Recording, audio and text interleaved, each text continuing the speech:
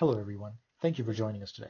My name is Ather Sharif and I'm a third-year PhD student at the University of Washington. In this talk, I will be presenting our work on the reliability of Fitts law as a movement model for people with and without limited fine motor function.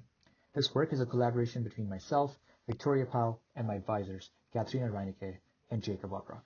I hope that after this talk, you will reconsider using Fitts law for studies involving people with limited fine motor function.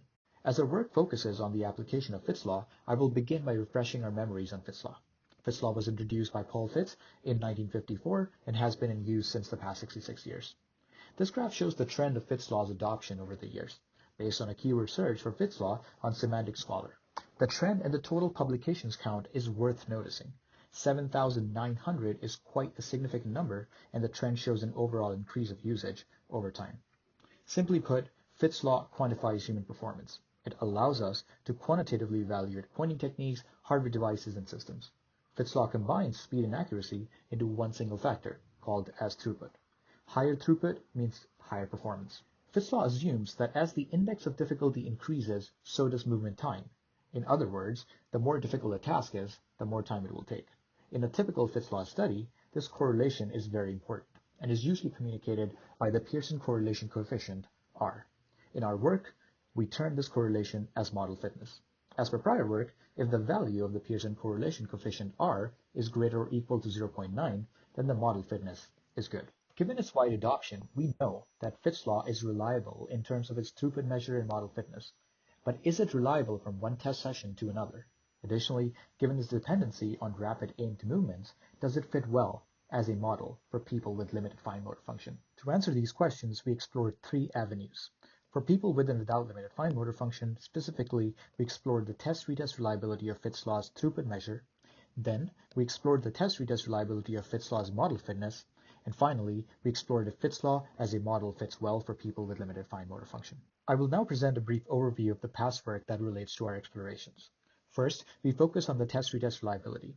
Unfortunately for Fitts law, the test-retest reliability has not yet been explored. Our work is the first to provide an empirical evaluation of the test-retest reliability of Fitts law's throughput measure and the model fitness. So far, there have been mixed findings on whether Fitts law as a model fits well for people with limited fine motor function. Some past work has found that Fitts law is applicable to this population, and some reports that it does not. So there's no conclusive evidence. Additionally, some of these studies employed a very small number of participants with limited fine motor function, which is not sufficient to provide reliable statistical evidence. Our work presents findings from 20 participants with limited fine motor function. I will now present our experiment design. As you'll notice from this flowchart, we recruited a total of 55 participants, 34 without and 21 with limited fine motor function. 4 people without and 1 person with limited fine motor function were excluded due to high error rates. After the exclusions, a total of 50 participants were analyzed. There has been quite a bit of debate on the throughput calculation approach, but no conclusive decision yet exists. In our work, we chose the mean of means approach as it was more suitable for our data. In addition to the traditional A times W design, which allows us to conduct an experiment varying both the amplitude and the width, our work also analyzed Guillard's form times scale design, which suggests varying either amplitude or width and not both.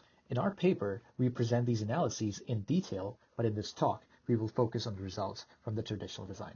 I will now present the results from our experiments. I'll first focus on the results for the Fitts law's throughput measure. We first explore the test-retest reliability of the throughput measure.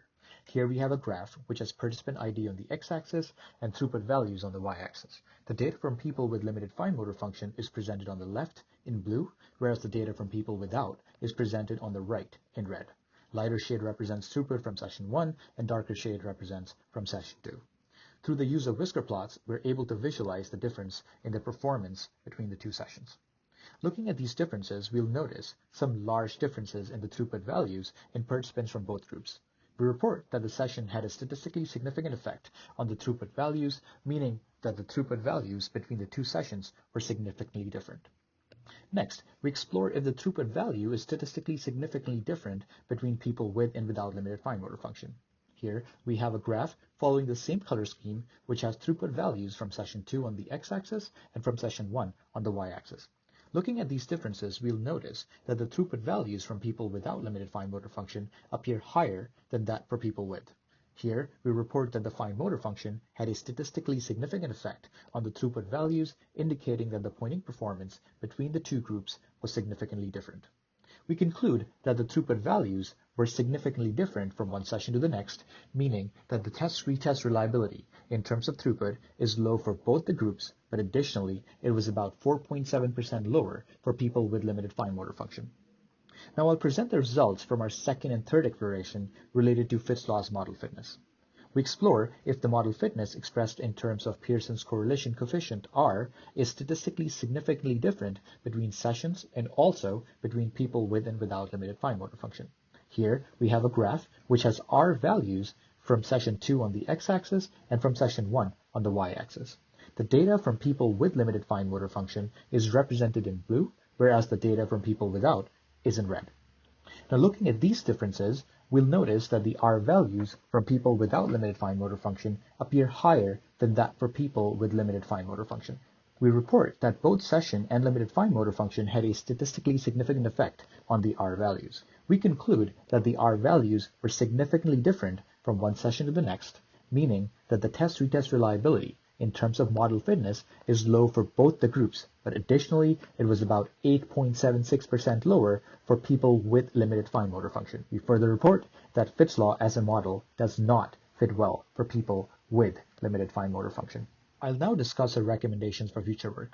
First, we recommend that future studies calculate throughput over multiple sessions and use mean as a measure of central tendency, as we found our throughput data to be normally distributed and mean may be more appropriate in such cases. Second, we recommend that the R values be calculated over multiple sessions as well. However, we suggest median here, as our data for the R values was not normally distributed and median is more appropriate in such cases. Finally, we recommend that when conducting studies with people with limited fine motor function, consider alternatives to Fitts law. For example, measuring speed and accuracy separately. Finally, I will now present the final takeaways from our work. Based on our findings on the reliability of Fitts law, it should be used carefully, especially when the subject group is people with limited fine motor function. Our work calls for future work to explore what specific kinematic characteristics of a person's movement affects their performance. If we can understand that, we can design systems and devices that could be customized to individually improve people's performances. Functional abilities of a person can even vary at different times of the day. And this is especially true for people with disabilities who might experience the effects of fatigue and or medications on a daily basis.